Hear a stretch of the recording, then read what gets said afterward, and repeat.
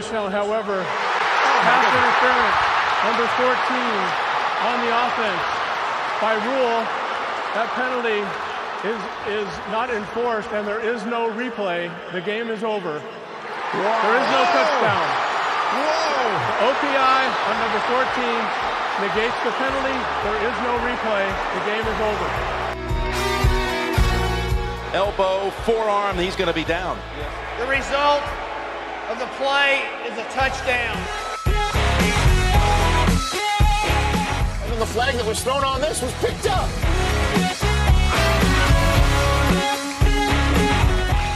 I don't know, did it get the face mask? Only do that if you're telling the official you're reporting. The Lions hangover.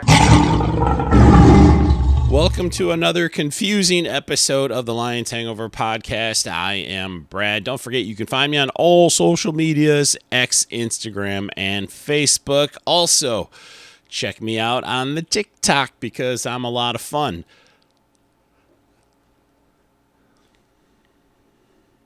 Please, if you have a moment, don't forget to rate and subscribe the show. Subscribe and rate the show. Follow along. I greatly appreciate it. Having a hard time here because the Lions continue to let us down in ways that we never thought we could be let down. What a emotional roller coaster yesterday was. The Lions lose to the Pittsburgh Steelers 29-24. It definitely was not the game I was thinking it was going to be. It seemed like neither team showed up to play for the first half of the game. For the most part, it was kind of stagnant and slow and boring. There were some key moments. Tesla gets the touchdown, one of the better throws that Goff made all day, one of the better catches that we saw all day. The refs certainly played their part. We will get into that, and we will definitely have some highlights of all the touchdowns. But, man, this is what a rough game. The Lions are pretty much I don't want to say they're definitely out of the playoffs, but they have to win out, and the Packers have to lose out. Now, the Packers are, of course, playing the Ravens next weekend, and then they are playing the Vikings the very last weekend. Can the Vikings beat the Packers? Sure. But is it likely? Not so much. Can the Ravens beat the Packers? Sure. But even the Ravens have struggled. That was one of the better games the Lions played earlier in the season. But the Lions, they have to go to Minnesota and play the Vikings on Christmas Day. We know this. And then they have to play the Bears Week 18, which is probably going to be flexed to a primetime game. Let's see if I straighten out here just a little bit more. Lions, they have their work cut out for them, man. What are we expecting them to do here? The refs continue to be a factor. And, of course, you want to say, well, the Lions didn't deserve to win before any of the controversy, so what difference does it make? And while I do agree with that, there's a reason the game is played for 60 minutes. It gives, that's the whole story. 60 minutes is the whole story. And yeah, if they played better the first three quarters, well, then they wouldn't have been in this position, but you still have one game to play good. And by the end of the game, the story was saying the Lions were playing good enough to win, not necessarily good, but good enough to win. And there were definitely some controversial calls. I will say from the stands, it was very confusing. I never saw a pass interference on Tesla. I was filming that play, but I was doing it, the TikTok way, so it was vertical up and down, so I didn't have the camera angle when I looked back at it to see what they saw as far as pass interference goes. I have since seen that. I personally feel it's a weak call. The Amon-Ra St. Brown pass interference on the very last play, again, I didn't quite have that angle from what I saw. It looked legit. I saw it today before I started recording, and I feel like it's a pretty weak call. The St. Brown pass interference has a little bit more merit than the Tesla one. Tesla did nothing to initiate the contact with the Pittsburgh Steelers defender. The Pittsburgh Steelers defender kind of ran into Tesla to pick himself off of the play. And either way, I don't think they would have covered St. Brown. That definitely was not ideal. I was, for the most part, unimpressed with Goff during the day. He seemed like he made, I don't want to say poor decisions because he didn't turn the ball over or anything. There was one that was kind of close to being picked over, but I mean, that happens through the course of the game. But there were some throws where I was like, what the hell is going on here, man? He'll throw at his feet, the receiver's feet. Just weird, wacky throws. He doesn't throw a hard ball. To me, he doesn't have one of the stronger arms in the league. But he gets lucky every now and then. And I'm not trying to bash the dude. I'm just trying to tell the story of what I saw yesterday. Lions pretty much gave up on the run. They ran the ball like one time in the second half, and that was weird. And because it was like right around the 2-minute mark left in the fourth quarter, and it was a horrible run. There were some coaching decisions that I could not stand. There was a screen pass on 3rd and long, which freaking drives me nuts. It's one of the worst play calls on a 3rd and long. You want to try it on 3rd and short, I'm good with that. You want to try it on 2nd and long, I'm good with that. 3rd and long, go with something a little bit more reliable than a screen pass. Maybe I'm wrong. Show me the statistics where screen passes actually work out.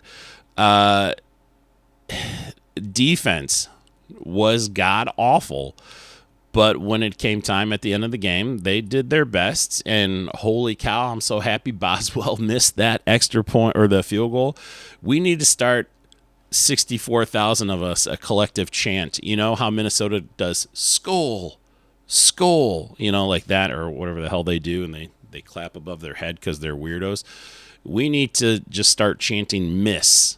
I was doing it, and I think I had 3 people involved with my chant. I was very proud of myself. 3 people that were not in my immediate party.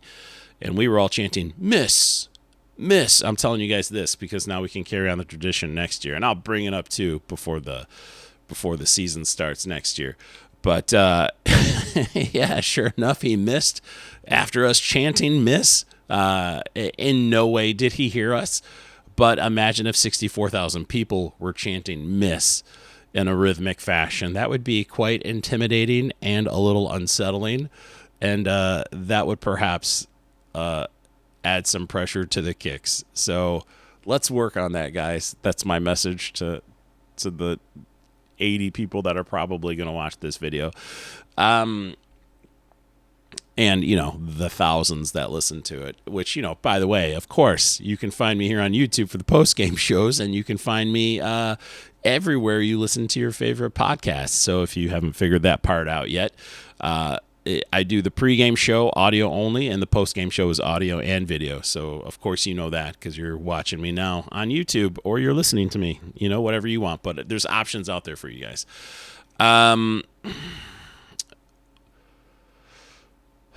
The Lions have to win out, and now the Packers have to lose. And I really don't want to talk about future. I do my best not trying to talk about the future, but this is the end of the season, and this is becoming the story of where the Lions go from here.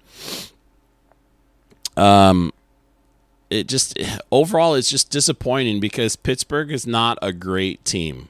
Aaron Rodgers did not play fantastic. He did not set the world on fire. I think they only had 1 receiving touchdown, or he only threw for 1 touchdown. He did Aaron Rodgers-esque things. Of course, he's certainly good enough to keep playing in the league, but he's not setting the world on fire. But what really hurt us was the run game yesterday. What's his name? Here, I got it. Don't worry, guys. Jaylen Warren, he lit the Lions defense up.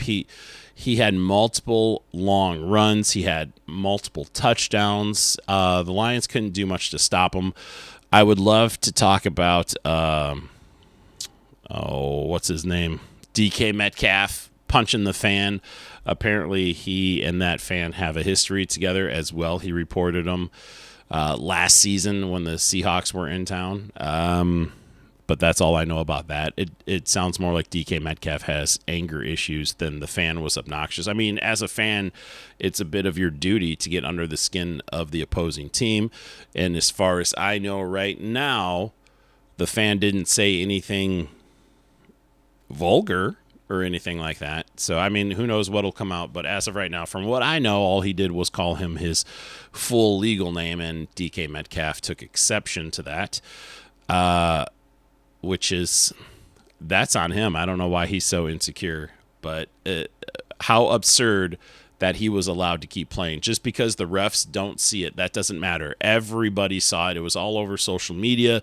The TV network saw it. This should have been a call from New York. That should have been get him out of the game. I'm okay with the fan being ejected. Right or wrong, I'm okay with him being ejected. That's the risk you take. You get involved. Like, he could have stood back from DK Metcalf. He was leaning over. He was kind of asking for a situation with his body language. But that still doesn't give DK Metcalf a right to touch him or punch him or push him or rip his shirt.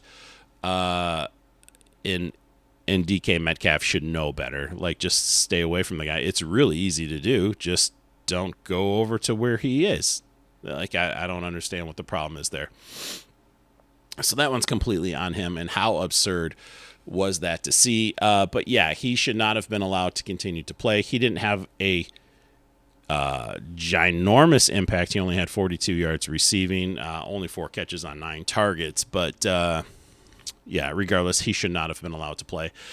As far as that last play, I know I was dogging Jared Goff just a little bit. But that last play of the game that was negated by the pass interference call on Amon-Ra St. Brown, I have to say, I saw from Jared Goff what I've been looking for from Jared Goff in that split moment. And it wasn't there the entire game, and it's not there the entire season. But just to know that it's there is a little bit reassuring, but it's that sort of attitude in play that we need from Jared Goff, especially when your offensive line is as garbage as our offensive line. There was little to nothing that was going to stop Jared Goff from making it into the end zone after St. Brown threw him the ball, backwards pass. It's like the switch just went off. Goff was going to make it into the end zone, and it sucks. It really sucks that play was negated by a questionable pass interference call. I know certain angles makes it look worse than others, but I just feel like I probably would not have called it if I was the ref. I definitely would not have called the Tesla one. That was 2 plays before it.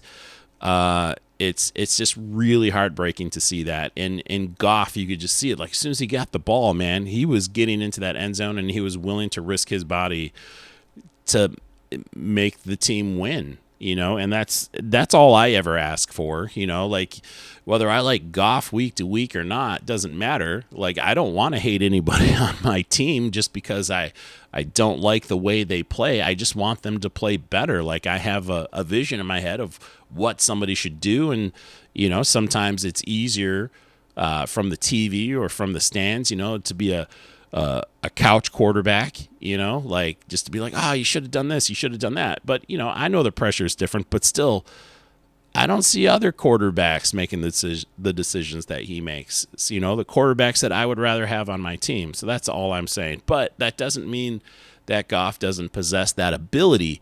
He's definitely done things that have made me happy. He's definitely done things that have impressed me. That Tesla throw to the end zone, that's one of the best things I've ever seen, man. That ball could not have been anywhere else. Tesla, being the receiver that he is, caught that ball. I mean, imagine how bad his arms kind of hurt, like, we will see that on the replay as well when we get to the highlights. His arms just get smashed by 2 Pittsburgh defenders, man, and he just held on to that ball. Tesla did have a key drop later on. That would have been one of the touchdowns. That was in between the St. Brown PI and the Tesla PI. and he dropped it in the end zone. Lions definitely got bailed out with a couple penalties themselves to extend that drive. The offensive line was garbage. Early in the third quarter, when we were still in it and only down by 5, we should have kept running it. I'm okay. This is probably going to piss some people off. Dan Campbell went for it on 4th down on the second drive of the game for the Lions, and we did not get it, and I'm totally okay with the Lions going for it on 4th down. They were close to the end zone. That would have been great field position for Pittsburgh. Not great, but great for Lions defense for Pittsburgh to start from the 3-yard line. No problem with them going for it. He is an aggressive coach, and that is a time where I was like, I would go for this. Like, why not? It's early. You're only down by 3. Like, this is not a deciding factor of the game right now, and this could give us a lot of momentum. So for that reason, totally cool with them going for it on 4th down. It sucks. The hindsight of it all is that they didn't convert.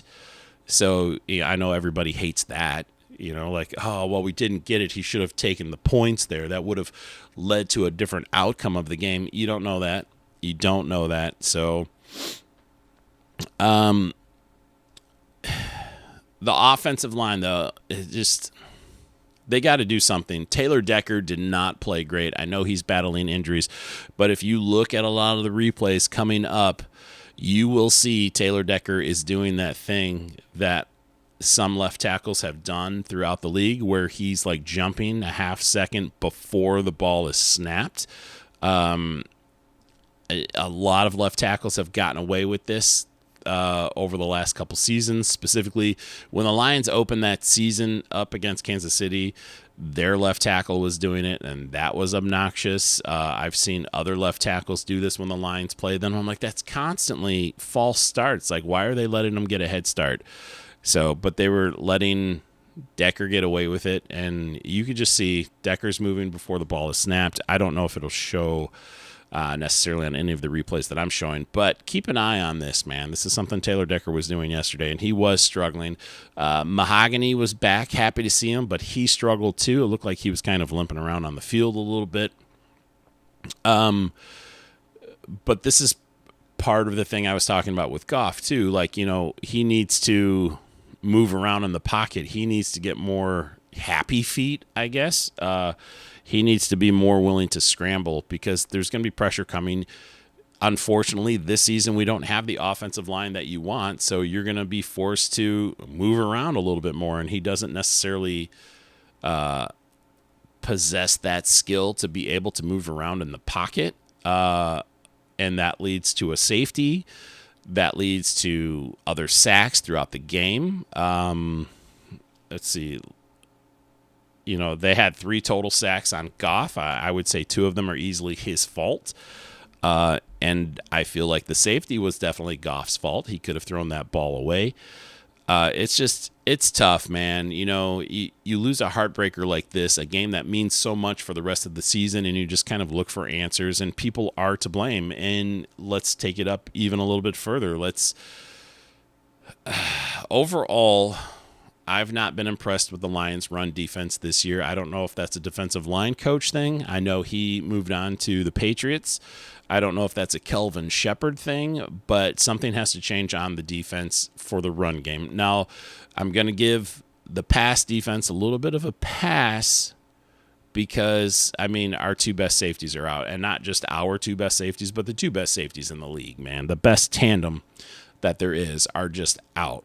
So it's like, obviously you're going to notice a difference. I have liked that Rock Yassin. I do like that he's been playing pretty good. There's times when he's kind of disappointed me, but for the most part, I feel like he stepped up and played really well in times that Tyrion Arnold has been injured. And even times when Amik Robertson was injured and stuff. And man, Amik Robertson, he was out there with a club. That was pretty cool to see. Because he's got that hand injury and stuff. So I'm trying to think, have I hit on everything? Just overall, what a bummer of a game, man. What a bummer of a game. You hope that the refs don't make headlines, but they do. They do. And whether you think it was a legit call or not, there has to be, I don't want to say a little bit of leeway, but there definitely has to be. This is football. Let them play. So unless it's like seriously blatant, if it's a judgmental call, don't call that crap, man. I would not be upset if it was either way. Like if it was the opposite team. If it's questionable, let the game play out. And the other thing I had a problem with, St. Brown had the ball for 2.5 seconds before they threw the flag. If you watch, it was like 2.5 seconds before the flag was thrown, and they're like, oh yeah, this is pass interference on St. Brown. The only thing that kind of saved the refs on that was multiple refs threw the flag at the same time. So I guess a lot of them saw it, but I don't know, man. I don't know. There's just nothing wrong with that St. Brown touchdown. There's nothing wrong with the Tesla pass interference call. Like, that's stuff that I wouldn't be like, we don't want to be the story of the game, you know? Like, I know it's debatable, but it seems like the refs are missing important calls. Like they missed the invisible touchdown last week against the Rams. I know the Rams got screwed recently in their game against Seattle. Like how do you get qualified to become a ref? It can't be that hard. I mean, I feel like even me with my bum eyes would do a better job than some of these refs, man. So with that, let's get to the story of the game and some highlights. I know you guys are all excited about that. So Lions lose the toss. They're told they have to receive. They go 3 and out. They go 3 plays, -1 yard. They take 1:52 off the clock. This sets up a punt by Jack Fox. Pittsburgh Steelers have the ball. They go 9 plays, 30 yards for 3 minutes, 47 seconds, and they kick Mr. Boswell. He kicks a 59-yard field goal. I do like Boswell as a kicker. I think he's fantastic. It just sucks that he was kicking against us, and holy cow, so happy he missed that one field goal.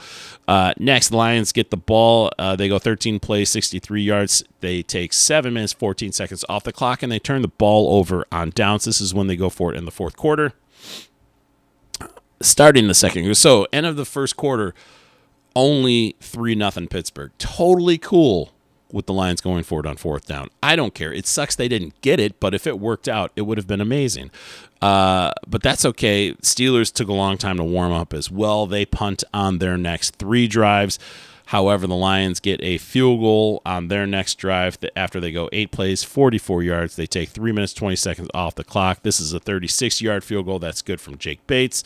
So then it's punt Steelers, punt Lions, punt Steelers. So here's the touchdown from, this is the Isaac Tesla touchdown, 20-yard pass from Mr. Jared Goff. This is an amazing pass, amazing catch. Isaac Tesla, check it out. A 1st and 10 near the 20. Lions go to the end zone and caught. What a catch! Tesla. Watch right here. You've got to get between him and the safety and go up the seam. And you'll see the timing of the throw has to be perfect, and Tesla has to make a great bang-bang catch. I mean, half of his receptions have basically gone for touchdowns this year. So that makes the score 10-10. No, I'm sorry. That makes the score 10-3 in favor of the Lions. However, the Steelers on their next drive go 11 plays, 80 yards. They take 1:53 off the clock, and they end it with a 45-yard touchdown pass to Mr. Gainwell, and that sucks. The Lions, however, they get the ball with 2 seconds left on the clock before the half. I have a problem with this. You have 2 seconds and you kneel it out to go into the half. You are kicking the ball. This is the problem. You receive at the beginning of the game, so you're giving the ball away at the start of the second half. The other team just scored at the end of the half, so they are essentially getting back-to-back possessions, okay? Back-to-back possessions. And you get one free play to try and score, okay? One free play where even if it's intercepted, the chance of a pick six is extremely low. It's like 0.05% that it would be a pick six. Even if you throw an interception, I don't care. This is a perfect opportunity for a hook and ladder type play, some sort of trickery, just some sort of aggressiveness to try and score before you have to kick the ball away. Give yourself some momentum before the end of the half. One play to do it all, and you decide to kneel out the clock and go into halftime.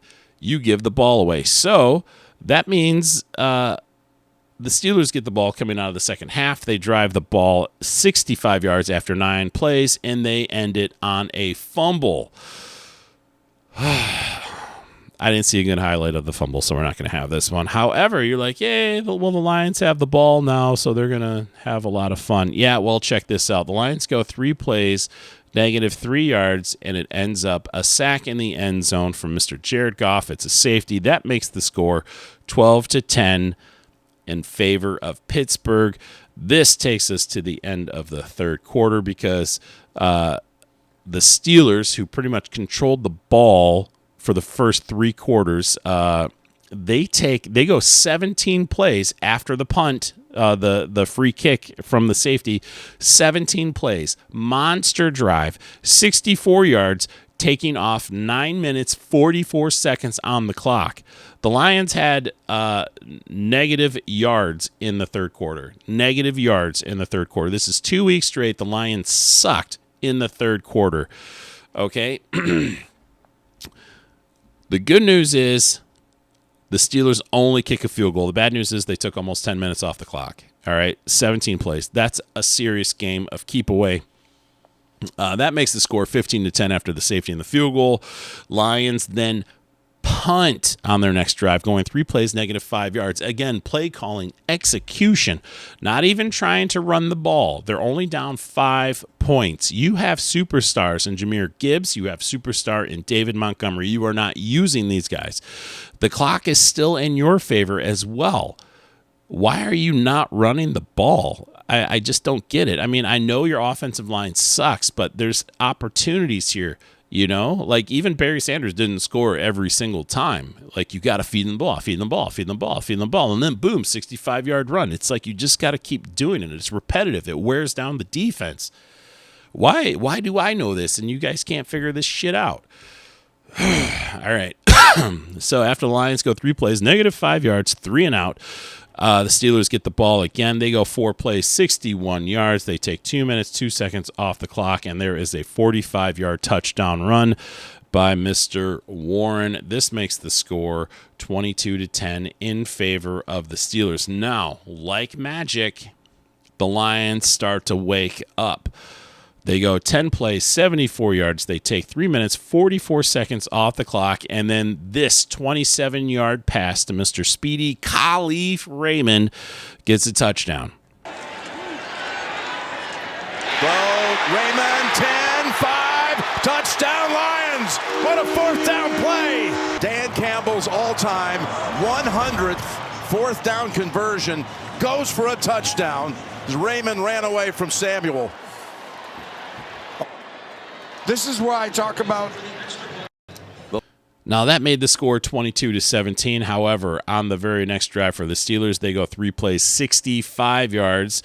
They take only 1:58 off the clock, and there is another 45-yard touchdown run by Mr. Warren again. This, of course, makes the score 29-17. Lions, again, they woke up. Here comes the angry bear, the angry lion, let's call it. They go another 10 plays, 68 yards for a touchdown. This time it is capped off with a 4-yard touchdown pass to Mr. Jahmyr Gibbs. Over to Gibbs. He's wide open. Easy touchdown. Lions are in. Just watch this. These 2 guys on defense are going to have to guard him and Ferkser. So you got Gibbs and Ferkser. As soon as Ferkser releases outside, it's too late. And you can't get there, Moon. And that's really on Moon, just not being. That's right. If he can't run, then you just throw it to him. Then the Steelers, they have a chance. As long as they don't score more than a field goal, we still have a chance, because even if they score a field goal, we get a touchdown, go for 2, game's tied, we're going to overtime, everything is still within reach. The goal is to just not let them score a touchdown. So they get their field goal opportunity, and Mr. Consistency, Mr. Boswell, has a 37-yard field goal attempt. This is when we're all chanting, all 4 of us, miss, miss, miss. And wouldn't you know it, he freaking missed. After he made a 59-yard field goal earlier in the game, he misses a 37-yard field goal. Everybody rejoice. Lions go 10 plays, 64 yards. And this is when the chaos breaks out, because now there is, let's say, I want to get this right. Okay, first comes the 10-yard penalty on Mr. Isaac Tesla. That's pass interference in the end zone.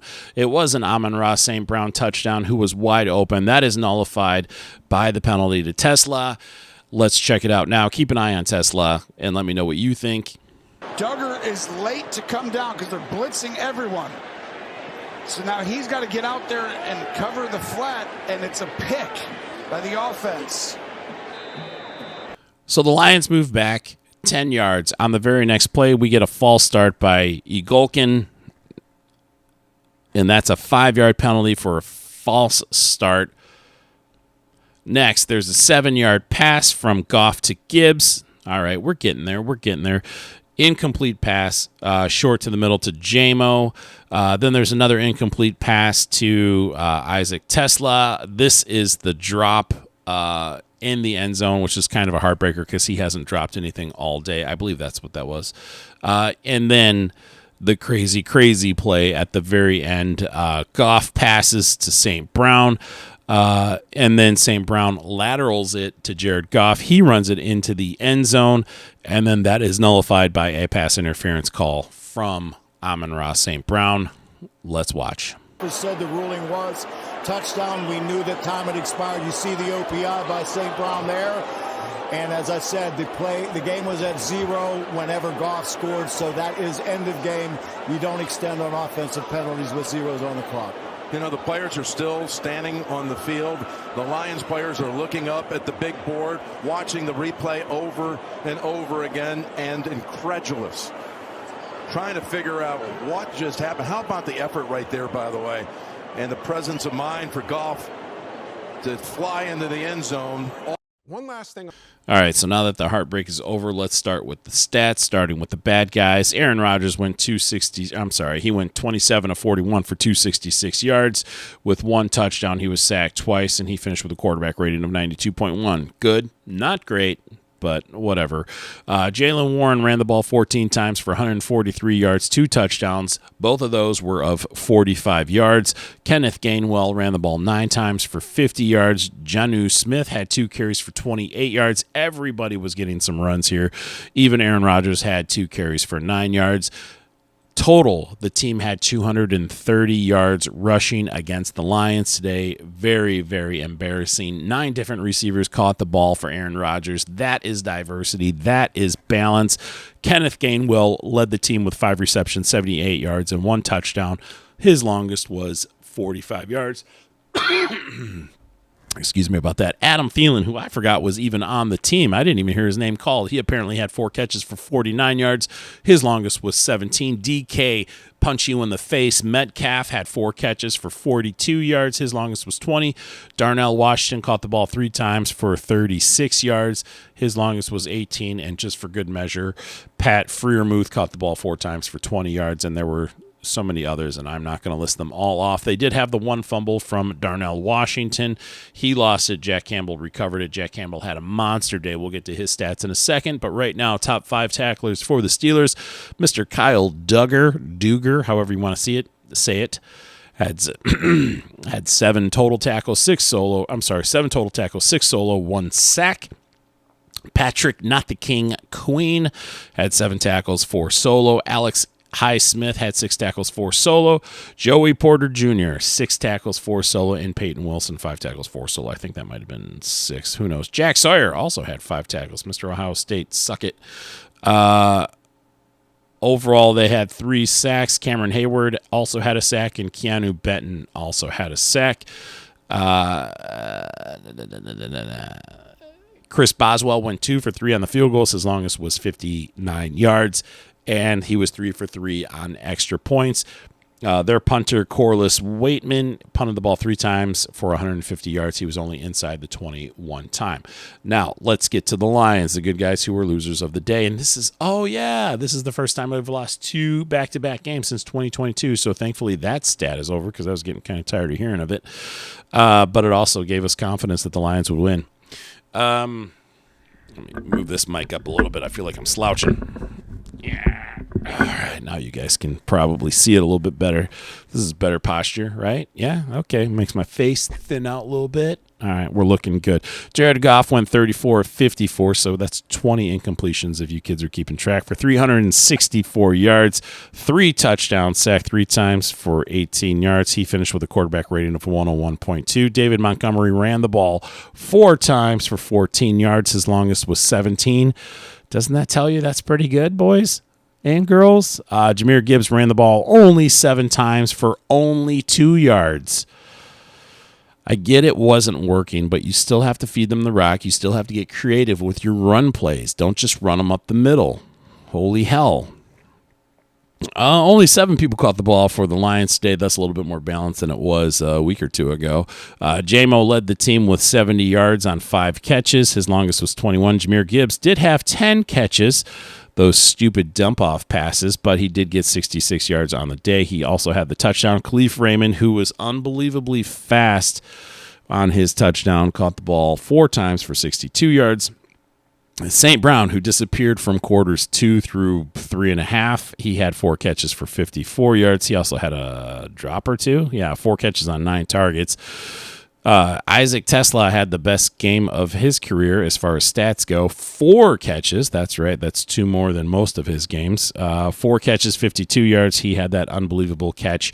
Anthony Ferkser was at the 8th string tight end. I'm impressed. The dude catches the ball. He had 4 catches for 40 yards. Even Shane Zylstra, which he had 3 catches. I don't remember hearing that he had any catches. I did see him out there on the field, but I don't remember that he had any catches. So the tight ends, they combined for 7 total catches today. That is Laporta Brock Wright numbers. They also combined for 60 yards. So you can't say the Lions don't have tight ends. I think Ferkser is doing just a fine job. I would move him up to tight end number 3, honestly. Jahmyr Gibbs did have a fumble, but he did recover it, and then Jack Campbell had that other recovery. So let's talk defensive stats. Jack Campbell, like I said, had a monster day. 16 total tackles, 7 of those were solo. DJ Reed, 8 total, 7 solo. Alex Anzalone, 8 total, 3 solo. Thomas Harper, 7 total, 4 solo. And Derek Barnes, 4 total, 3 solo. The Lions did finish the day with 2 sacks. Both of those went to Aiden Hutchinson. I will say the 1 sack looked like it could have been split 3 ways, honestly. I feel like somebody else, I think Anzalone and somebody else, they should have got credit for half a sack. That's just my opinion. Why do the Lions not have Tom Kennedy and Khalif Raymond on kick returns? Why is Jacob Sailors still out there? In my opinion, Kennedy and Raymond are the 2 best returners the Lions have, and that's who should be out there on the kick returns. Doesn't matter, though. I'm not the coach, and they just keep losing, so you guys do the math on that one. Khalif Raymond had 3 punt returns, though, for only 16 yards. Jake Bates, 1 for 1 on field goals, 3 for 3 on extra points. Jack Fox, 3 punts for 159 yards. That's 9 yards better than that asshole on the Pittsburgh Steelers team. Sorry for the swearing. I am a little bit bitter. The time of possession was completely lopsided going into that 4th quarter. The Lions were able to even it up a little bit more, but by even it up, I mean come within 10 minutes. We'll get to that stat in a second. However, each team did both have 23 first downs.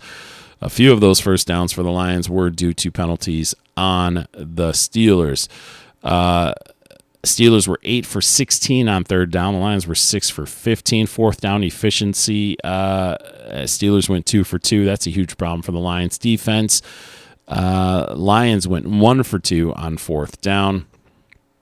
Again, totally okay with me. 481 total yards of offense for the Steelers, only 361 total yards for the Lions. Where is that? Red zone's 0 for 3 for the Steelers in the red zone. Lions are 1 for 4. They should have been 2 for 4, but, penalties, refs. Penalties, though, speaking of penalties, 8 for 89 yards for the Steelers, 7 for 40 yards for the Lions. Only one turnover in the game, and that was that fumble for the Steelers, recovered by the Lions. The Steelers had the ball for 34 minutes, 6 seconds of the game. That means the Lions only had the ball for 25 minutes, 54 seconds of the game.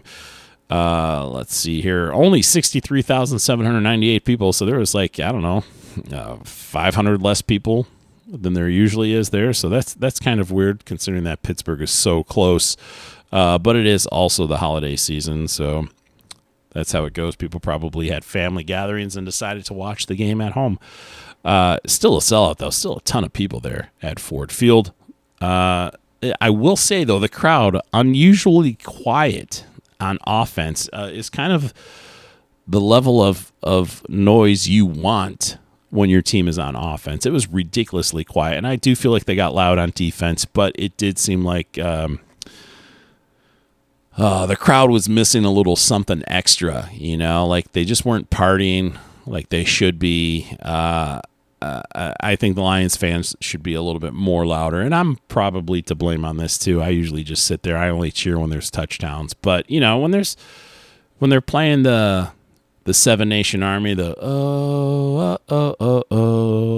the whole stadium should be in on that. Again, I wasn't, but the whole stadium should be in on that. Just let me enjoy you guys doing it. And of course, we need to start working on the miss chant. All right, so as we wrap this up, let's talk about the Vikings real quick. Lions do face off against the Vikings. J.J. McCarthy injured his hand, so who knows if he will be even playing next week or if they will just put him on IR once again. He seems to be injured quite often. Let's see, he's only played maybe 8 games out of 2 seasons so far that he was eligible to play, so who knows what the deal is there. Some guys just are not cut out for the NFL. I probably would be injured with a broken toenail or something like that. So if that's the case, isn't it Carson Wentz? Who's the backup for the... Yeah, I think that'll be Carson Wentz getting the start for the Vikings. If not, it'll be Mr. Max Brosmer, who is an undrafted rookie for the Vikings. So we will have to see how this week plays out. Of course, it's another short week, another Thursday game. It's going to be a Christmas game. Oh, how am I going to do this? I will definitely be back in the next day or two for the preview game. Probably tomorrow night, honestly, for the preview game. I feel like that gives me no time. And then I probably won't get a post-game show. No, I should be able to do a post-game show after the game on Christmas Day. So looking forward to that. Happy holidays, everybody. Please subscribe and please rate the show 5 stars. I appreciate it. I will be back in the next day or two with a preview show. And you guys have a good rest of your day. Ho, ho, ho.